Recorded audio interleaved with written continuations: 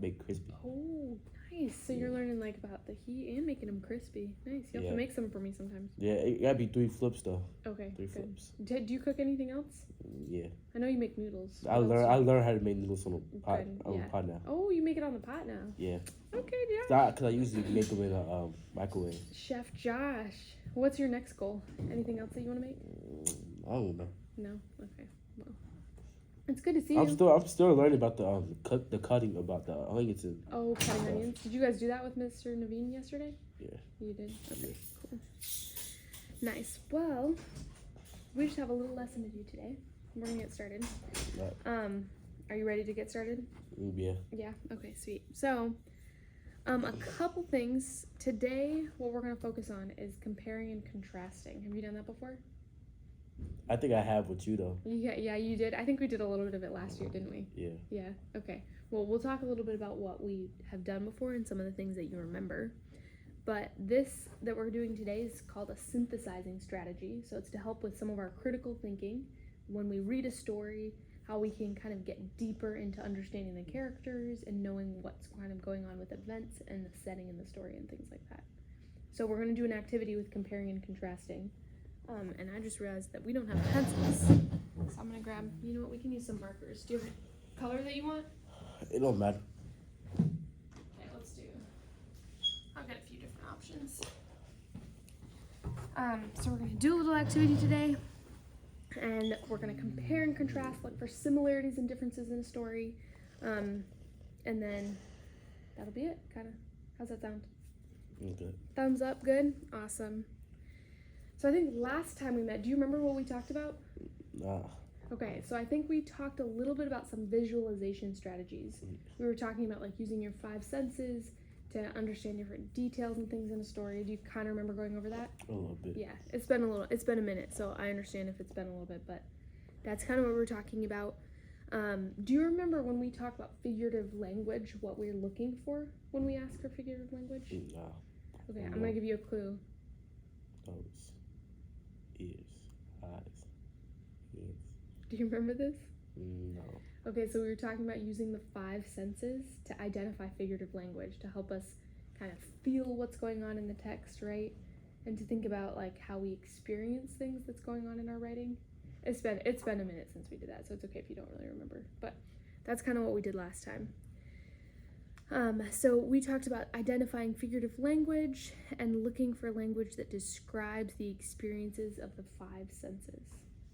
So we're going to do something a little bit new today. We're going to focus on comparing and contrasting characters and events in a story. So you mentioned that you kind of remember doing comparing and contrasting last year. Can you tell me what you remember comparing and contrasting means? Basically the same or different. Okay, awesome. That's a really great way to describe it. So looking at things that are the same or different in a story. Yeah. That's a good one. So comparing and contrasting also, just like I said before, helps us synthesize a text and helps us think critically so that like we think a little bit more deeply. So we're not, because sometimes it can be easy. Have you ever read something before, like you read a paragraph and then you realize you don't even know what you read? Has that ever happened to you before? No. Oh, well, that happens to me sometimes if I'm not really focusing. Sometimes it's easy to read something and not think a lot about what's actually happening or how we could use what we learn in another setting. And so this is just going to be a way to help us kind of think about how can we think a little bit more deeply about these texts. So this is going to help us find similarities and differences between 2 characters or events in 2 different stories. So I have a little set of stories right here, and we're going to compare what's happening in 2 stories. So we're going to read through a passage, these 2 passages, and we're going to create a little list of things that we can identify as being the same or different. I'm going to ask you kind of what you know and what you learned from a story, and then we're going to make 2 little lists, and then we're going to put them into what we call a Venn diagram. Do you know what a Venn diagram is? Yeah, we just learned that in history class. You just learned it in history? Yeah. Perfect. So tell me what you know about a Venn diagram. Basically this. Basically this. Well, tell me what this means. Circle. Okay, so it has 2 circles. That's Yeah. a really good start. Yeah. I actually have a little example for you. So we're going to look at this Venn diagram right here. What do you see this Venn diagram says? Apples and orange. Okay, So we use Venn diagrams to compare two different things, okay? Mhm. And in this one, what two things are we comparing? Apple and an orange. An apple and an orange. So this example shows us things that are similar and things that are kind of different, things that are similar and things that are different about two different objects. So in this example, when we make these Venn diagrams, the big circles, the things that where they don't overlap are like details that don't overlap with them. So for apples, the things that are unique to apples, not true about oranges, are things like that they're red or green, they have smooth skin, and they grow in cool climates. For oranges, things that are unique to oranges are things like they're the color orange, they have rough skin, they grow in warm places. And then we use a Venn diagram to show us there's a little section that overlaps for the two of them and tells us they are fruits that grow on trees and we can make juice out of them. So those are comparing and contrasting, looking at the similarities and differences. So here's our little example. I'm going to just put that right up here. So if you need kind of a reminder of what we're doing, you can take a look at that one. So you've used a Venn diagram before. What did you use it for in history? Basically for the immigration. Oh, for immigration? Okay, what did you learn, or what kinds of similarities and differences did you find? I forget. Okay, maybe we can look over that later. But that's great that you already kind of know about it, so you're a little familiar. So now that you kind of get an idea for what we're going for with the comparing and contrasting, we're going to start with a story, okay? So on the back right here, I'm going to make a little line right here. Do you care which color you use? You can pick any of those. And on this side, we're going to do the first story, okay? So I'm going to give you a copy of the story right here, and we're going to start by reading the story called The Kingly Lion.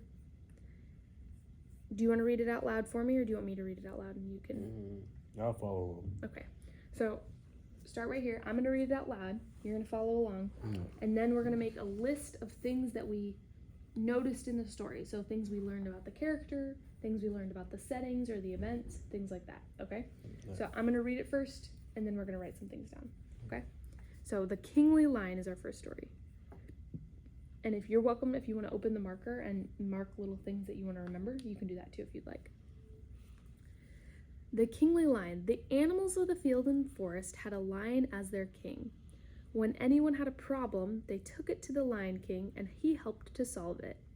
When anyone had an argument, they took it to the Lion King, and he helped to settle it. The Lion King never made demands that were in his own interest. He wanted only what was best for each and every animal. Day after day, the Lion King thought about nothing but the animals who were his subjects. Then he sat down and wrote out a royal order. He called all the animals to come before him. He stood on a hilltop, and he watched the animals come together from far and near. He waited for them to settle.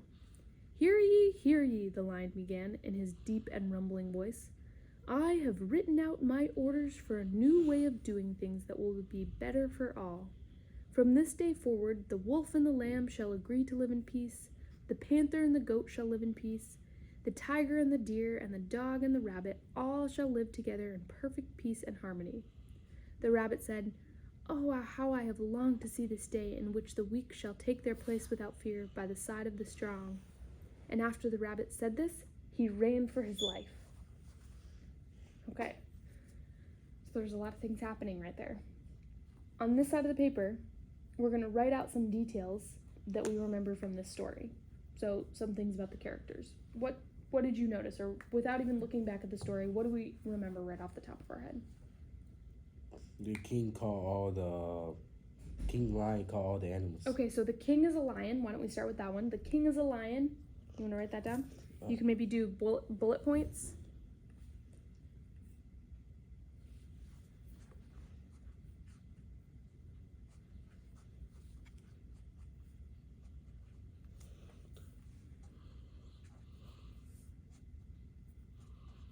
And maybe the second point you can say, he brings animals together.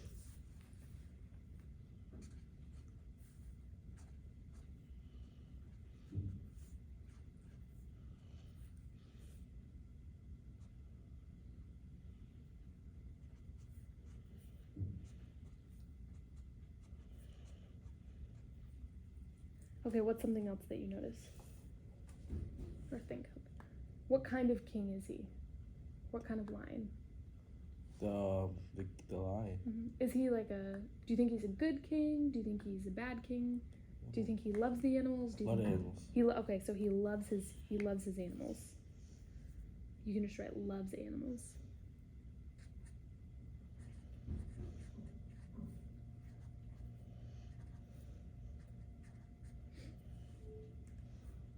Anything else that you can think of?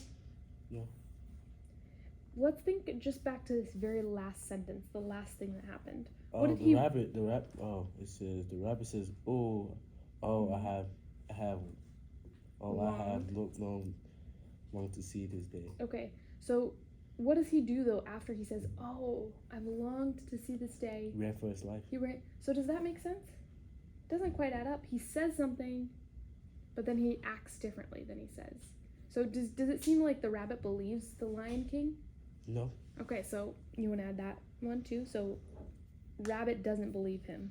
He doesn't believe that all the animals will live in harmony, right? Yeah. Say rabbit maybe does not believe.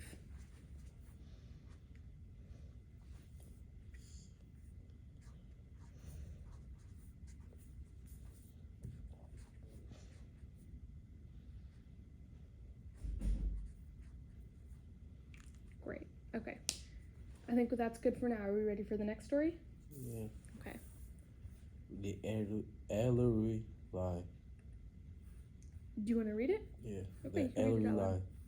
A very elderly line, weakened by old age and old injury, could not longer hunt for his food. He lived for a while on the grass and berries, but made him grow still weaker.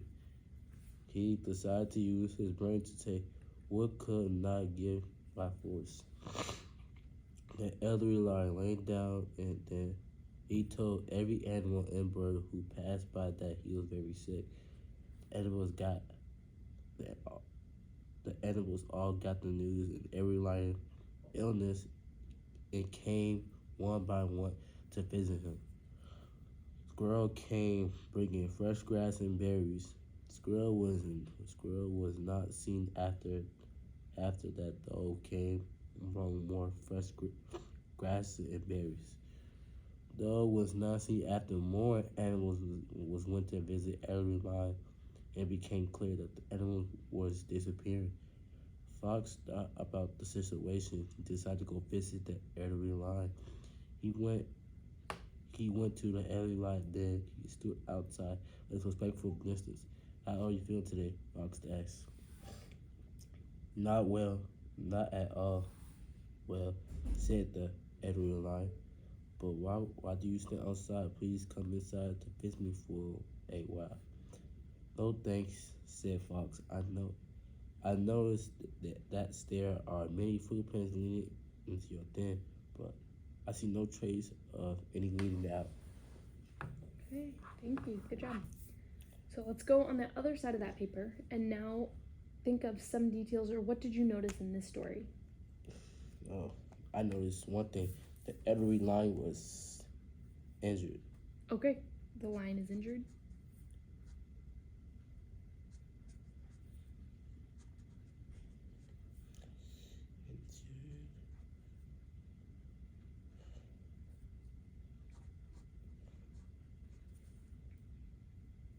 What else? Another thing is he told every animal that he was sick. Okay, so maybe that kind of goes with being injured.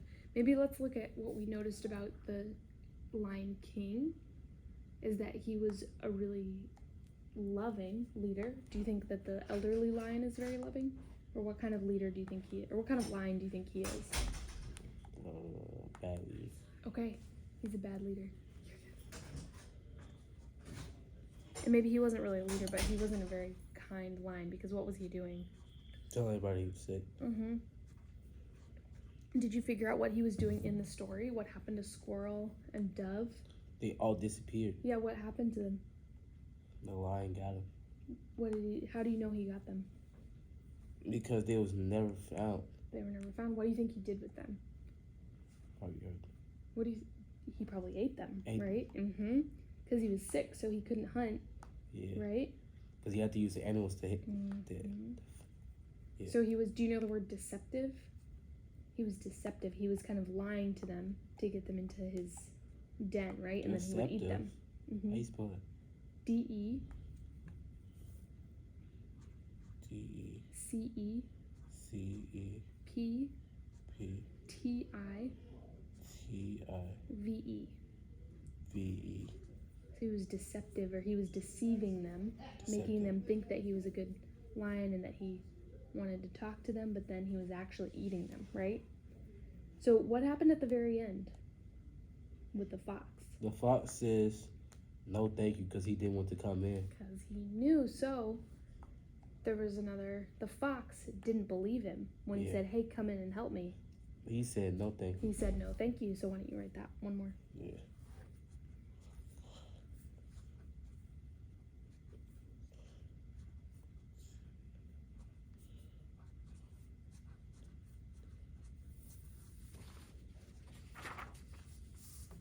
All right, so I'm going to put our story to the side, and now we're going to work on our Venn diagram.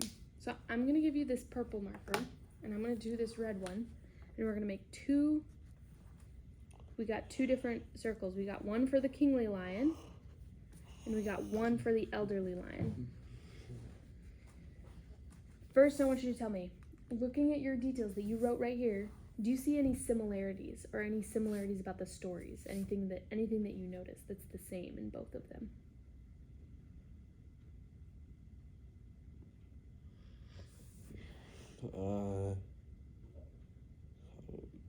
The animals. Okay, what's the same about the animals?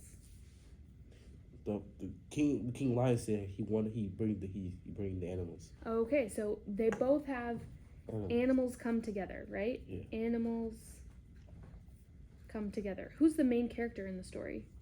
In both? Mm-hmm. Elderly lion and the king lion. Okay, so there's a lion is the main character. A lion is the main character, right? Yeah. Okay, so lion is the main character. And then, what else? Can you think of any other similarities? Maybe took a look at the last bullet point in both Oh, of those. the rabbit. Okay. The rabbit ran off, and then the fox said, "No, thank you." Okay, so what's the same, or what do those characters both have in common? The rabbit and the fox. They don't believe him. They don't believe the lion. Okay, so an animal at the end doesn't believe them. Yeah. And the rabbit didn't believe the kingly lion. He didn't believe that there would be peace. And the fox didn't believe the elderly lion that there would be peace, right? So some interesting details. So now, any of the ones that were matching or any of the ones that we said were the same, I want you to cross them off in that purple marker. So the first one we said the king is a lion. So both of them, the main character was a lion. And then the rabbit and the fox were both the same. Okay, then now, what are some of the differences? What was true about the kingly lion that's different from the elderly lion? He loves the animals. Okay, he loves animals. What else?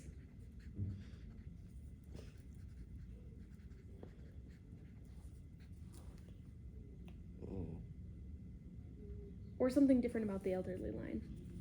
Something that's true about the elderly lion that's not true about the kingly lion.